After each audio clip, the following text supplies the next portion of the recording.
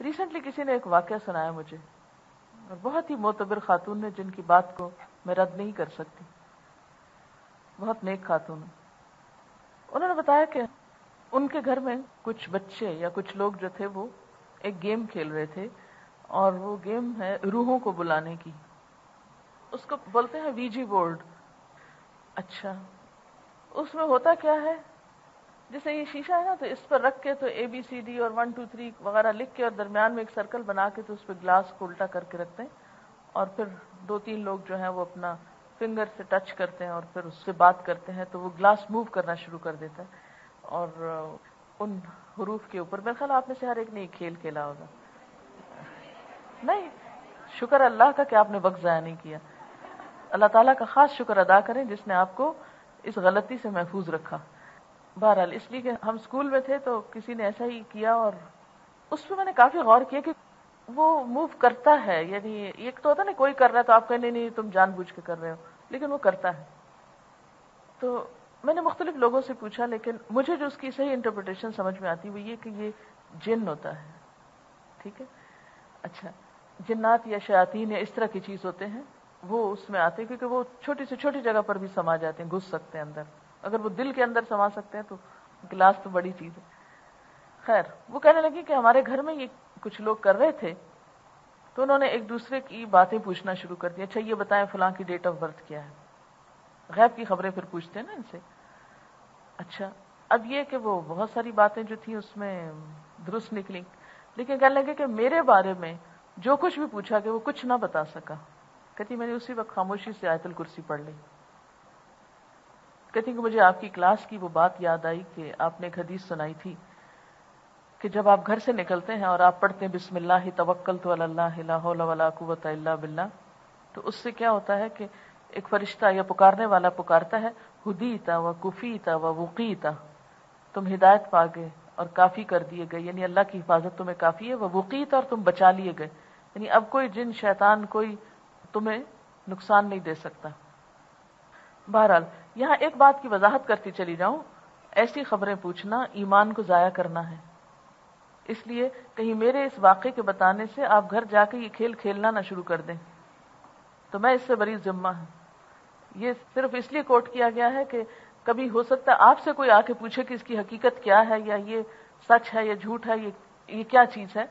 تو اس میں عموماً ہم ایکسٹریم رویے اختیار کرتے ہیں. یا تو یہ کہتے ہیں نہیں نہیں میں تو نہیں مانتی، یہ ہے ہی کچھ نہیں، یا یہ بیٹھ جاتے ہیں اس سے حال احوال پوچھنے کے لیے اور غیب کی خبریں اور اس طرح کی باتیں. تو ایسی چیزوں سے جب واسطہ پیش آئے یا کوئی آپ سے آ کر پوچھے، تو اس میں آپ کو معلوم ہونا چاہیے کہ جنات و شیاطین کا ہماری زندگی میں کسی نہ کسی طرح عمل دخل ہوتا ہے. مختلف مواقع کے اذکار کرتا ہے، دعائیں پڑھتا ہے، تو اس کے جنات گرفتار رہتے ہیں، کنٹرول رہتے ہیں. ان کا منہ نہیں کھلتا کہ وہ آپ کی کوئی بات کسی کو بتا سکیں. انہوں نے مجھے بتایا کہ اس طرح بہت سی ایسی باتیں انہوں نے پوچھی اور اس کے اندر انہیں پتہ چلی کہ جو واقعی ہم لوگوں کو خود بھی بھولی ہوئی تھی اور ایک دوسرے کو یاد کرانے سے آئیں، لیکن ایک بات ان کے بارے میں وہ صحیح نہیں بتا سکا کیونکہ وہ اس کی انفارمیشن جو تھی وہ فیک تھی. اس واقعے کو کوٹ کرنے کا مقصد بھی یہی ہے کہ آپ کے دل میں یہ یقین بیٹھے، ایمان بیٹھے، اور اس سے پہلے بھی بیٹھنا چاہیے کہ یہ اللہ کا کلام ہے، اور یہ کلام بھی اس وقت زیادہ فائدہ دیتا ہے جب آپ کیا کرتے ہیں، یقین سے پڑھتے ہیں. مجھے اتنا افسوس اور دکھ ہوتا ہے کہ جب کوئی میرے پاس ایسا مسئلہ لے کے آتا ہے کہ ان یوزول چیزیں ہو رہی ہیں، تو میں انہیں کہتی ہوں آیت الکرسی پڑھو، آخری کل پڑھو. کہتے ہیں وہ بہت پڑھیں. میں کہتی ہوں بس پھر اس کے بعد میرے پاس علاج نہیں ہے، نہ میں آپ کو کوئی مشورہ دے سکتی ہوں. یہ کیسے ہو سکتا ہے کہ اللہ کا کلام جو اللہ کے رسول صلی اللہ علیہ وسلم نے بطور علاج بتایا وہ اثر نہ کرے؟ فرق ہے تو آپ کے اپنے یقین میں ہے. پورے یقین سے پڑھو اور پھر دیکھو کہ اثر ہوتا ہے یا نہیں ہوتا. تو بنیادی طور پر کلام میں فرق نہیں ہے، کلام میں کمی نہیں ہے. اللہ کا کلام ہر چیز سے بڑھ کر طاقتور ہے. لیکن شیطان ہمارے دل میں وسوسہ ڈالتا ہے، نہیں اللہ کے کلام سے کچھ نہیں ہوتا، چلو کسی عامل کے پاس وہ تمہیں عمل کر کے دے اور کالا علم کر کے دے اور وہ بہت ماہر ہے اور ہر چیز کی کاٹ کر سکتا اور فلاں اور فلاں، اور لوگ بےچارے اپنے پیسے بھی لٹاتے ہیں، ایمان بھی لٹاتے ہیں اور زندگی بھی، وقت بھی ضائع کرتے ہیں اور طرح طرح سے خوار ہوتے ہیں. اس لیے ان سب چیزوں کی حفاظت کے لیے، ایمان، مال، جان، ہر چیز کی حفاظت کے لیے یہ دین کافی ہے ہم کو، اگر ہم اس کو صحیح سمجھتے ہیں اور پورے ایمان کے ساتھ اس کو لینے والے ہوں اور ان چیزوں کی پابندی بھی کرنے والے ہوں. ٹھیک ہے نا؟ یہ پوچھتے کہ کیا غصے کے وقت بھی آیت الکرسی پڑھی جا سکتی ہے؟ بالکل پڑھی جا سکتی ہے. اچھا، ایک اور میں ایکسپیرینس آپ کو بتاتی ہوں چھوٹا سا. عام طور پر ہوتا یہ ہے کہ جہاں بہت سارے لوگ اکٹھے ہوتے ہیں وہاں پر کچھ نہ کچھ مشکلات ہوتی رہتی ہے نا. کوئی کسی سے ناراض ہو گیا، کسی سے تکلیف پہنچ گئی، کسی کو دھکا پڑ گیا، کوئی بیمار ہو گیا، کوئی کسی وبائی بیماری کا شکار ہو گیا، کوئی روحانی اور نفسیاتی بیماری کا شکار ہو گیا. تو جب آپ دیکھیں 300-400 کی کلاس ہو تو وہاں کوئی نہ کوئی ایک آدھ پرسن ایسا ضرور ہوتا ہے کہ جو اس طرح کی مشکلات کا شکار ہو سکتا ہے، اور پھر اس کو دیکھ کے بعض اوقات دوسرے بھی ہونے لگتے ہیں. یہ بھی چھوت کے مرض کی طرح ہوتا ہے، کیونکہ ہم نفسیاتی طور پر پھر اس سے کیا کرتے ہیں، اثر قبول کر لیتے ہیں.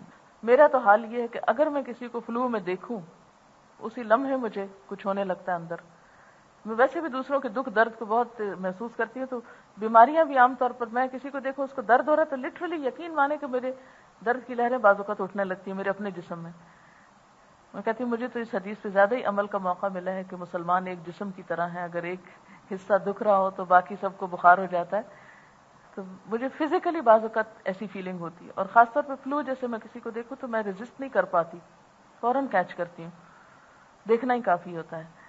اسی لیے جب مجھے ہوتا ہے تو میں کسی کے سامنے جانے سے گریز کرتی ہوں کہ کسی اور کو میری وجہ سے تکلیف نہ ہو. اسی طرح آپ نے نوٹ کیا ہوگا کہ اگر کسی کی آنکھیں خراب ہوں اور آپ ان میں جھانک لیں غور سے تو وہ معلوم نہیں کس چیز سے کوئی ریز ہوتی ہے، کیا ہوتا ہے، وہ ایک دم آپ اس کو کیچ کر لیتے ہیں. خیر، اب یہ تھا کہ جب ہم نے یہ الہدا کی موجودہ اسلام آباد کی بلڈنگ بنائی تو اب مجھے بڑی فکر ہوئی کہ میں خود بھی وہاں نہیں ہوں، کیونکہ ایک دفعہ میں 2-4 سال پہلے عمرے پہ گئی، پیچھے مجھے پتا چلا کہ جی ایک بیمار ہے، دوسرا بیمار ہے. پوچھوں ہے کیا، اس کو بھی جن پڑا ہوا، اس کو بھی پڑا ہوا. میں نے کہا اچھا ٹھہر جاؤ، میں آتی ہوں تو میں سب کے جن نکالتی ہوں. اب بلیو می، جس دن میں پہنچی ہوں سب کے جن بھاگ گئے، سب ٹھیک ٹھاک بیٹھے ہوں. میں نے کہا کہ تم لوگ اپنے اندر ول پاور پیدا کرو، اللہ کا کلام پڑھو، پھر دیکھو کہ کون ٹکتا ہے اس کے آگے، اور پورے یقین کے ساتھ پڑھو. یہ نہیں کہ میری ذات میں کچھ کمال ہے، میں کچھ بھی نہیں، میں تو انتہائی کمزور چیز ہوں، لیکن یہ اللہ کا کلام ہے جو طاقت دیتا ہے آپ کو، مگر یقین سے پڑھو اس کو.